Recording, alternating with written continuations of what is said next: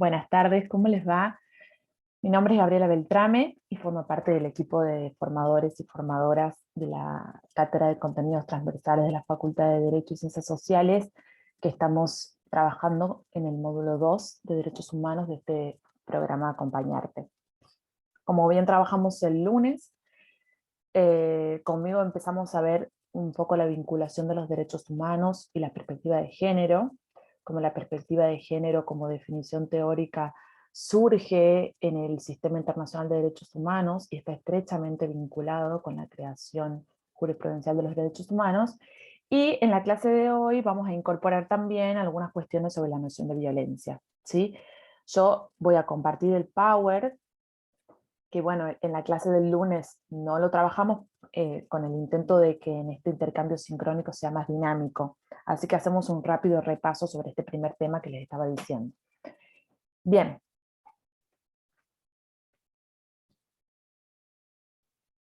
El primer tema que trabajamos, que está último en el programa, pero por una cuestión de que me pareció como que abordar este tema es transversal a todo el módulo, entonces empezar un poquito con qué podemos decir sobre la perspectiva de género en la práctica del Estado.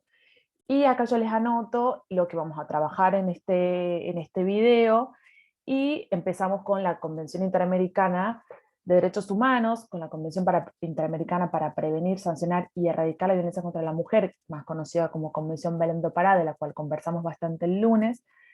La definición de violencia contra la mujer, cuáles son los deberes del Estado, el alcance de la responsabilidad del Estado en este caso, y los tipos de modalidad y dónde puede darse la violencia contra las mujeres, según la manda constitucional de derechos humanos. Bien, repasando nuevamente, ¿cómo llegan a vincularse los derechos humanos y la perspectiva de género? Bueno, se da primeramente en el plano internacional de los derechos humanos y en el plano interamericano de derechos humanos, que ya les expliqué el lunes, que es una cuestión de división regional. Lo cuestión interamericano es solo de América, y lo internacional es cuando nos referimos al sistema universal de derechos humanos que vincula a Naciones Unidas y más naciones. Pero en líneas generales es lo mismo. Nosotros vamos a abocarnos más a lo regional, a la Convención Interamericana, a la Convención Belém do Pará que les mencionaba, porque es lo que tenemos más cercano y es más profunda en el análisis detallado de cuestiones de perspectiva de género. Bueno, en el Sistema Internacional de Derechos Humanos es que se vinculan estos dos conceptos que ya trabajamos: los derechos humanos como aquellas libertades y derechos para garantizar condiciones indispensables de vida digna. ¿Quiénes lo tienen que garantizar? Los estados. Son facultades inherentes a los seres humanos que no requieren ningún tipo de reconocimiento, porque son propias de la calidad de la condición, aunque hay discusiones sobre hablar de condición, ¿no? Que son inherentes a la existencia de los seres humanos. Y ahí entramos las mujeres también, aunque haya estado en discusión mucho tiempo. Y la perspectiva de género como este concepto que ustedes ya manejan, de partir de este entendimiento común de que históricamente las mujeres fueron discriminadas y subordinadas a los hombres por una cuestión de jerarquización sexual patriarcal. Yo aquí les pongo la referencia de Lamas, de Marta Lamas, que tiene una definición muy sintética, que se la puede encontrar fácilmente en Google por si alguna vez necesitan algún tipo de definición. Entonces estaban estos conceptos y cómo se vinculan, reconociendo esta subordinación histórica de las mujeres, pero reconociéndolo vinculado con una discriminación estructural en el marco de los derechos humanos. Es decir, se visibiliza que hay roles y estereotipos de género que no pueden soslayarse a la hora de interpretar la posibilidad de ejercer o de efectivamente gozar de un derecho humano. Entonces aquí vemos cómo los derechos humanos inherentes a las personas, a todas por igual, sin ninguna distinción, cuando analizamos en un plano de la realidad, cuando vamos un poco más allá de la prescripción normativa, formal, rígida, y vamos al plano material de la realidad diaria, vemos que no es efectivamente igual el goce y el disfrute y la reparación por los daños a los derechos humanos de las mujeres y las disidencias con respecto a los hombres. La cuestión de las disidencias es algo que se incorpora, como bien saben, posteriormente. Primero, en la perspectiva de género estaba más circunscripta a cuestiones de mujeres y después se va ampliando esto y es muy reciente la incorporación de las disidencias. Por lo tanto, en esta clase, cuando me refiero a mujeres, sepamos que hoy en día con la actualización jurisprudencial también se incluyen a las disidencias. Bien, entonces entendemos que se vinculan perspectiva de género y derechos humanos a la hora de que para analizar el goce o disfrute de un derecho humano hay que atravesarlo con la variable género para determinar si efectivamente esa persona está pudiendo llevar a cabo sus libertades frente al Estado o no. Bien, hablamos un poco el lunes de la Corte Interamericana de Derechos Humanos. ¿Por qué? ¿Por qué tanta referencia a la Corte y a sus casos? Porque esta Corte, que como explicamos el lunes, es un organismo internacional de derechos humanos al que se accede una vez agotado todas las instancias y recursos internos, y a la que se accede demandando a los estados, es decir, los litigios son entre una persona o una sociedad, una asociación civil o varias personas contra un estado, tiene muchísima influencia en la creación jurisprudencial del enfoque o perspectiva de género en derechos humanos. Viene de ahí la elaboración teórica. La incorporación a nuestro país de la cuestión de la perspectiva de género y de los derechos humanos viene a raíz de la incorporación de los tratados internacionales de derechos humanos. Y al ratificar estos tratados, también se reconoció la jurisdicción de la Corte Interamericana de Derechos Humanos para entender en estas cuestiones. Es decir, el Estado argentino se somete a la autoridad de la Corte Interamericana de Derechos Humanos también. Por lo tanto, reconoce estándares que fijan la Corte. La Corte emitió sentencias, como aquí resumimos, que incorporaron perspectiva de género, sobre todo en cuestiones de reparaciones, que lo trabajamos ya, que lo más interesante de las reparaciones, como verán, hablamos de reparaciones y no de indemnización, porque reparación es algo más integral, es algo que abarca la indemnización, pero que involucra otros aspectos de la vida de las víctimas y de sus familias, y pone el foco en la centralidad de la víctima, entendiéndola como una persona que se desarrolla y se desenvuelve en un entorno, en una sociedad, con una familia, muchas veces con cargas de familia, cuando hablamos de mujeres, porque estamos hablando específicamente de mujeres y diversidades, claro, y la interdisciplina, que es algo muy novedoso, si vamos a hablar de sentencias y de este mundo de abogados y abogadas, donde todo como que buscan resolverlo con el derecho, y hay muchas veces que el derecho no da respuesta a muchas cuestiones, sobre todo en el marco de las reparaciones a las víctimas de violaciones a sus derechos humanos. Y como les decía, la Corte fija estándares. Los estándares son el alcance y la interpretación que se dan a los artículos de la normativa de derechos consagrados en la Convención Americana de Derechos Humanos, que sería como el instrumento de derechos humanos en la región, y la Convención Belém do Pará, que sería como el instrumento de derechos humanos vinculado a la discriminación contra las mujeres y la violencia contra las mujeres en la región. Entonces, estos estándares determinan esa letra del articulado cuando prescribe cuestiones como que todas las personas tenemos derecho a la libertad, a la integridad sexual, a la integridad física, a que no se puede dañar nuestro derecho a la vida. Entonces, estos derechos, estos artículos muchas veces son muy escuetos, entonces las cortes, cuando los aplican a un caso concreto, fijan los alcances de ese artículo. Es decir, si yo voy a hablar, por ejemplo, de derecho a la vida, bueno, ¿dónde empieza? ¿Qué involucra? La Corte incorpora algo más que es vida digna, no es la vida por la vida misma, sino la noción de dignidad. Entonces vemos cómo se van delineando las limitaciones de estos derechos, y una vez que se van delineando, como hablamos el lunes y como van a ver en los distintos casos, se va creando hacia adelante. Es decir, una vez que la Corte se expide sobre los alcances de cierto derecho, como el derecho a la integridad física, bueno, en adelante no volveremos a repreguntarnos, bueno, ¿hasta qué punto? No, construimos desde ahí. Existe el principio de progresividad, además, en los derechos humanos, de siempre construir hacia adelante y de no regresividad, no volver atrás en sus palabras. Entonces, si la Corte a través de un estándar otorga una protección amplia, en adelante se aplicará ese modo de interpretar el articulado. ¿Sí? Esto es muy importante en el marco de las reparaciones. Bien, un poco lo que trabajamos el lunes y lo sintetizamos en este esquemita, en esta línea del tiempo, si se quiere, donde trabajamos los artículos 7 y 8 de la Convención Belém do Pará, donde tiene disposiciones procesales o, digamos, que rigen el procedimiento de la investigación, de la sentencia y de la posterior reparación ante un caso de violación de derechos humanos de mujeres. Se refiere específicamente a la violencia contra las mujeres, y hablábamos de dónde hasta dónde la perspectiva de género, esta definición que dijimos al inicio, desde qué punto hasta qué punto se aplica la perspectiva de género.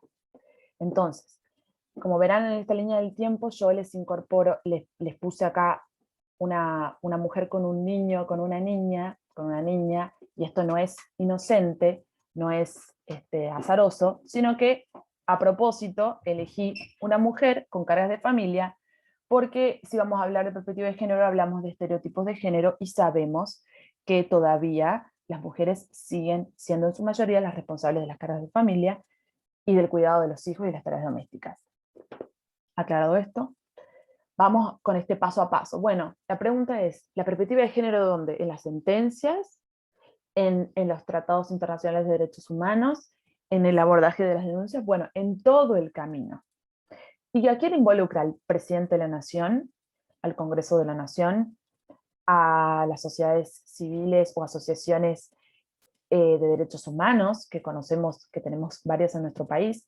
Bueno, el artículo 7 y 8 de la Convención Belém do Pará establece este camino e involucra a los tres poderes del Estado, involucra todo el proceso que podría atravesar una persona en el desarrollo de su vida.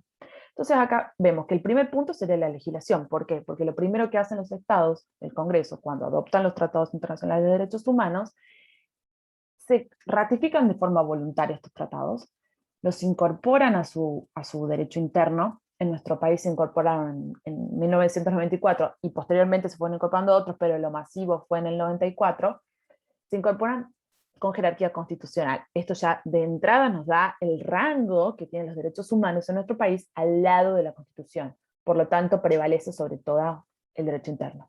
A su vez, para evitar que los estados puedan alegar su normativa, porque no pueden alegar normativa interna para incumplir obligaciones internacionales, se manda a los estados a adaptar su derecho interno de modo tal de que no haya contradicción con el tratado que voluntariamente ratifica.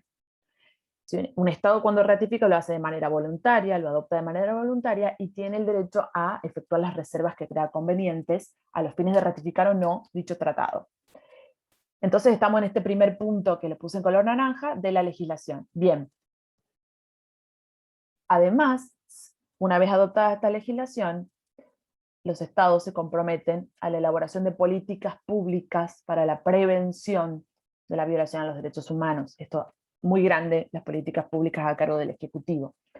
Las políticas públicas, en tanto hacen a la gestión diaria, a la gestión de los gobiernos y de los estados para lograr la satisfacción de necesidades de su sociedad.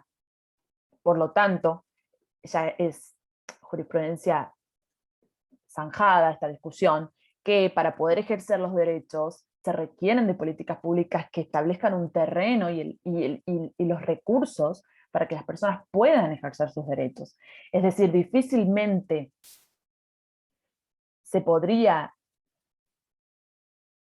realizar una denuncia con perspectiva de género y pretender que la víctima sea sacada del entorno violento, pretender que los niños y las niñas sean protegidos si el Estado no tiene ningún tipo de mecanismo para regular esto, si no tiene una Secretaría de Niñez, si no tiene una Secretaría de Abordaje de la Violencia para las Mujeres, si no tiene previsto un plazo razonable para la investigación de una denuncia y la policía está capacitada para abordar esta temática. Entonces todo eso está a cargo de las políticas públicas que emitirá los estados, los gobiernos y sobre todo los poderes ejecutivos, porque esta es una facultad del poder ejecutivo. En la prevención, en las campañas de capacitación, en las campañas de difusión de la violencia contra las mujeres, en la creación de mecanismos para consulta de situaciones de violencia, cuestiones que ustedes trabajan diariamente y que ya las conocen. Esto es muy interesante porque la Corte habla de la responsabilidad central que tienen los estados en la prevención y que el goce efectivo de derechos humanos empieza desde el momento de la prevención. No tengo que esperar que se cometa el delito. No tengo que, de hecho, una violación a un derecho humano no siempre es un delito. No tengo que esperar que se cometa el ilícito para recién incurrir en responsabilidad. No, si se prueba que el Estado no previene, ya es responsable. Ya lo vamos a ver más adelante.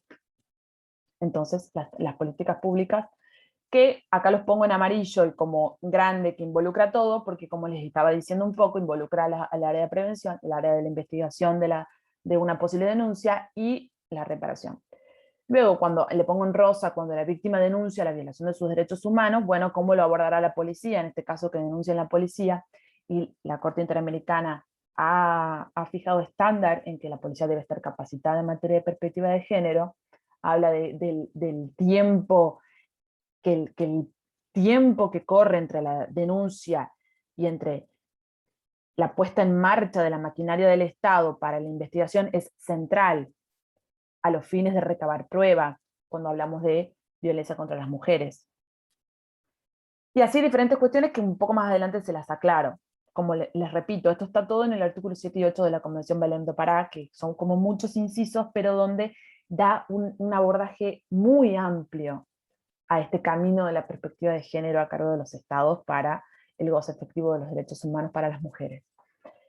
Hablamos de la investigación, ante esta denuncia que haga esta víctima, esta mujer en este caso con esta hija, y en el momento en el que se emite la sentencia, supongamos que sigue toda la investigación con perspectiva de género, la sentencia también debe incorporar la perspectiva de género.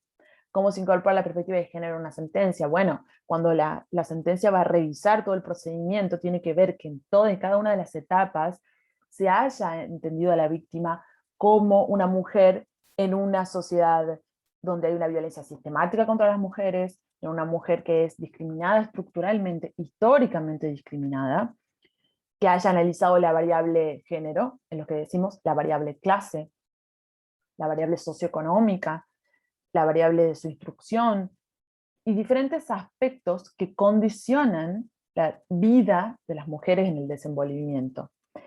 Si hubo o no denuncias previas, cómo reaccionó el Estado, siempre el ojo puesto en el Estado, porque tiene un deber de debida diligencia reforzado, como trabajamos el lunes y van a ver más adelante. Entonces, esta sentencia debe involucrar la perspectiva de género en el abordaje y debe involucrar sobre todo, y lo más importante en materia de derechos humanos, la perspectiva de género en las reparaciones, que es un poco lo que dijimos antes, de pensar la víctima como alguien integral y abordar la cuestión social, la cuestión jurídica, la cuestión de la indemnización, la cuestión de su reincorporación, de su vuelta a la vida cotidiana en caso que la víctima sobreviva, porque cuando la víctima no sobrevive, la Corte también dice, entonces las reparaciones irán hacia su familia. Y trabajamos en la clase anterior un poco algunos antecedentes jurisprudenciales que les contaba, como el caso González Llull, donde una niña infectada con el virus de HIV ve entorpecida su educación y muchos años después, cuando la Corte emite sentencia, no se olvida de este punto y dice, bueno, el Estado de Ecuador deberá asegurar que esta niña, que ya no es niña, que ya es una mujer adulta, pueda acceder a una universidad. Entonces vemos cómo va más allá de la indemnización pecuniaria. La indemnización pecuniaria en dinero está incluida porque se entiende que es un equivalente, la forma consensuada de algún tipo de reparación, pero hay muchos otros tipos de reparaciones, ¿sí? Bueno, entonces vemos cómo en cada uno de estos puntos, en cada intervención del Estado a través de los tres poderes, se puede incorporar, se debe incorporar la perspectiva de género. Aquí, en este montón de palabras, les pongo un resumen de lo que estamos conversando, ¿no? De que hablamos del deber de debida diligencia reforzado, de en qué casos, en este caso que lo conversamos mucho el lunes de Campo Algodonero, donde la Corte incorpora específicamente la perspectiva de género y desarrolla este concepto y habla de que tiene que ser seria, que tiene que ser imparcial, que tiene que ser efectiva. Habla de la discriminación en razón de género, que esto es algo que lo van a trabajar en las clases subsiguientes. Y aquí arriba yo les puse el sitio, este Power por supuesto se los dejo para que ustedes lo trabajen y lo puedan leer con detenimiento. Y les pongo el sitio de jurisprudencia que yo les invitaba a leer sobre estos casos, que les decía, son mucho más entretenidos que otros casos cotidianos de cuestiones jurídicas, porque como verán, como pueden leer en estos estándares, el lenguaje es bastante llano, no se detiene tanto en cuestiones procesales o procedimentales, y deshace todos los conceptos y los explica hasta con un detalle admirable, y están publicados en este sitio que les pongo con fichas técnicas. Entonces ustedes tienen un buscador bastante cómodo, ponen un tema, supónganse ustedes quieren saber algún estándar de derechos humanos vinculado a perspectiva de género, vinculado al plazo razonable de una investigación, y ponen plazo razonable y le aparece distintos casos con los años, ¿no?, donde explica todo esto. Es muy amigable el sitio, se los recomiendo. Bien, pasamos a la violencia contra las mujeres. Hacemos este repaso. Nuevamente aquí le pongo definiciones para que ustedes las lean con detenimiento en otro momento. La Convención Belém do Pará tiene una definición muy amplia, porque como les digo, es la convención que rige en la región. Es muy amplia y habla de cualquier acción o conducta basada en el género que cause muerte, daño o sufrimiento físico, sexual o psicológico. Acá ven la amplitud, que no es solamente un femicidio, sino sufrimiento físico. Ahí veríamos un daño en la integridad sexual o la violación sexual. Veríamos el daño psicológico a la mujer, incluye cuestiones de violencia económica, tanto en el ámbito público como en el ámbito privado. Esta es una gran conquista del feminismo, una gran conquista de las mujeres, llevar la definición de violencia contra las mujeres al ámbito privado, que es de donde tanto les ha costado a las mujeres salir, y tanto ha costado determinar que en el ámbito privado, en el ámbito del matrimonio, también puede darse la violencia sexual contra las mujeres y la violencia en el más amplio de los sentidos. El artículo 2 de esta convención abarca también la que tenga lugar en la comunidad y sea perpetrada por cualquier persona. Entonces también habla acá vemos también la beta de la discriminación como violencia, habla de violación, abuso sexual, tortura, acoso sexual, que es muy importante, y también cuando sea perpetrada o tolerada por el Estado. Sobre esto avanzamos en otras, ya van a ver en las otras diapositivas, sobre cuándo el Estado es responsable.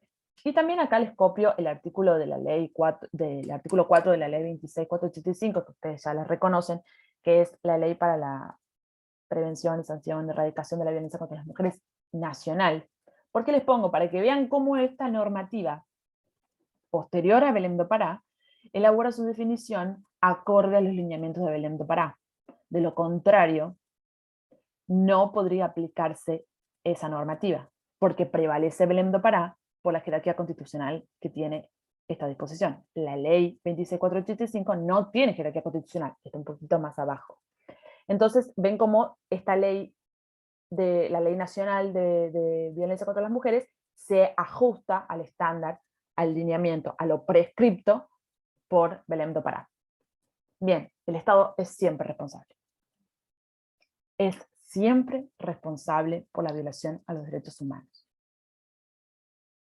Los derechos humanos surgen, y lo trabajaron en la clase con Lourdes Bascari, a raíz de la violación sistemática y el exterminio de grupos súper diversos y enormes, que no hace falta que nos detengamos acá a aclarar esto porque ustedes ya lo recontra saben después de la Segunda Guerra Mundial, y eso venía del Estado. Entonces había un nivel de violencia sin precedentes en lo jurídico, con muchos antecedentes, donde el nivel de desamparo era inédito.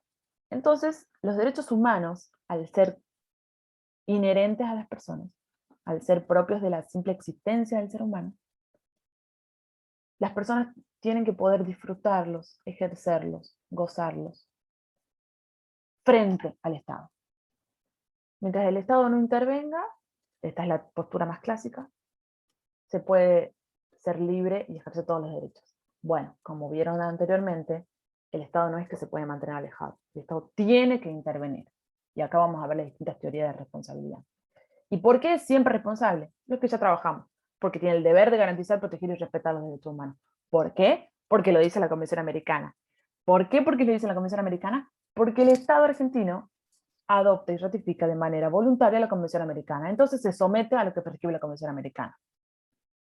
Los tratados son para cumplirse. Consecuentemente, no puede alegar normativa interna para no cumplir.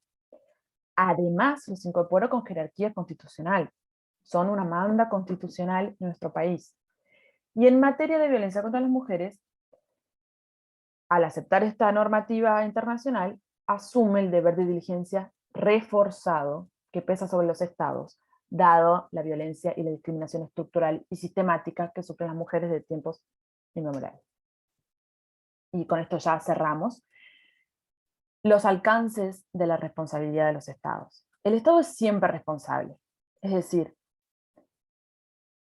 ante una violación de derechos humanos y agotados los recursos internos como trabajamos, todavía tengo un recurso más, que es demandar al Estado, y puede también demandarse al lado, al sujeto que violó este derecho, pero siempre a los estados. Como ven, todos los casos son González y otras contra México, González Yuy contra Ecuador, y hay varios casos, Bulacio contra Argentina, donde a quien se sancionará será el Estado. Y los grados de responsabilidad son distintos, ¿no?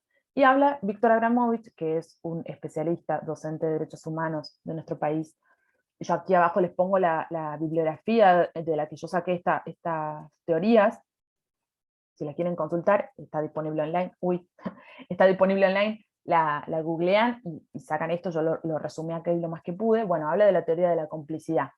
El Estado es responsable de manera objetiva por su actitud de tolerancia o apoyo a los crímenes cometidos por particulares. Es decir, se lo trata como si hubiera sido perpetrado por un agente estatal de manera directa. La responsabilidad objetiva se diferencia de la responsabilidad subjetiva, digamos, de la persona que efectivamente comete el delito. Esta es una responsabilidad, ya no es la primera, el nivel más bajo, digamos, de responsabilidad del Estado. Dice, el Estado es cómplice porque tolera. Bueno, es siempre responsable. La teoría del riesgo refuerza un poco más y habla ya no solo de tolerancia, sino del conocimiento que el Estado debería haber tenido respecto a la situación de riesgo real e inmediato. Y esto es muy importante en materia de perspectiva de género. Si vemos la teoría de la complicidad, puede abarcar todas las violaciones de derechos humanos y no solo la cuestión de género. Pero cuando hablamos de la teoría del riesgo, la cuestión de género cobra especial importancia porque hay una difusión masiva de la violencia que sufrimos las mujeres, del acoso, de los femicidios diarios, de las violaciones sexuales diarias. Y el Estado tenía conocimiento de eso. Y además incorpora, suma, dice, el conocimiento que tendría que haber tenido del riesgo real e inmediato. Aquí entran los casos de 15 denuncias previas al femicidio, más la posibilidad razonable de prevenirlo. Y ahí entramos en esta cuestión de denuncias. El Estado tiene que tener conocimiento, pero bueno, ahí se analiza, como es un nivel 2 de responsabilidad, se analiza un poco más, bueno, tenía posibilidades razonables de prevenirlo, y aquí es muy importante el caso Campo Algodonero, que lo trabajamos el lunes, y hablamos de que los crímenes que se cometían en Ciudad Juárez databan de hace muchísimos años. Además fue una masacre pública, es como que le decían, miren Estado lo que estoy haciendo. Entonces, ¿tenían posibilidad de prevenirlo? Sí, claro. Y la teoría del riesgo creado es el nivel máximo, si se quiere, de responsabilidad, donde pone en cabeza del Estado toda la responsabilidad, por supuesto siempre conviviendo con la de la persona en específico que cometa el delito, si es un delito hablamos, el Estado que ha creado el riesgo, tiene un rol activo. Acá vemos cuando el Estado desaparece de alguna situación, cuando el Estado no resuelve las denuncias que se realizan, cuando el Estado libera zonas para que se cometan los delitos, cuando es el mismo Estado el que reprime, el mismo Estado el que perpetra violaciones sexuales, como el caso penal Miguel Castro Castro, donde, que ahí se los mencioné más adelante, donde en el traslado de unas detenidas en una prisión hubo enfrentamientos que terminó en agresiones físicas, violaciones sexuales a mujeres víctimas, mujeres detenidas, que fueron tratadas como, no como sujetos de derecho por el hecho de estar presas, y el Estado se vio habilitado a avanzar sobre sus derechos humanos, violarlas sexualmente. Y cuando digo el Estado, hablo del servicio penitenciario de ese momento. Pero como ven, siempre hablamos del Estado como un agente no compartimentado, no es que es el servicio penitenciario, no es el Estado, porque el Estado está a cargo del servicio penitenciario, el Estado está a cargo de los empleados y las empleadas que atienden los mostradores en tribunales, el Estado está a cargo de los policías y las policías que reciben las denuncias, que cierran puertas, que archivan causas, es el Estado el responsable. Esa persona también, pero el Estado. Y habla en tanto garante de los derechos de los particulares, y ahí remitimos a la clase de Lourdes Vascari, donde ustedes trabajaron las 3 obligaciones de responsabilidad, los deberes del Estado, la obligación de prevenir, de garantizar y de proteger, la obligación de respetar, proteger y garantizar los derechos humanos. Entonces aquí es cuando llegamos al deber agravado de protección. El Estado genera el riesgo, porque hace la vista gorda, diciéndole liso y llano, consecuentemente tiene el deber particular de desactivar ese riesgo.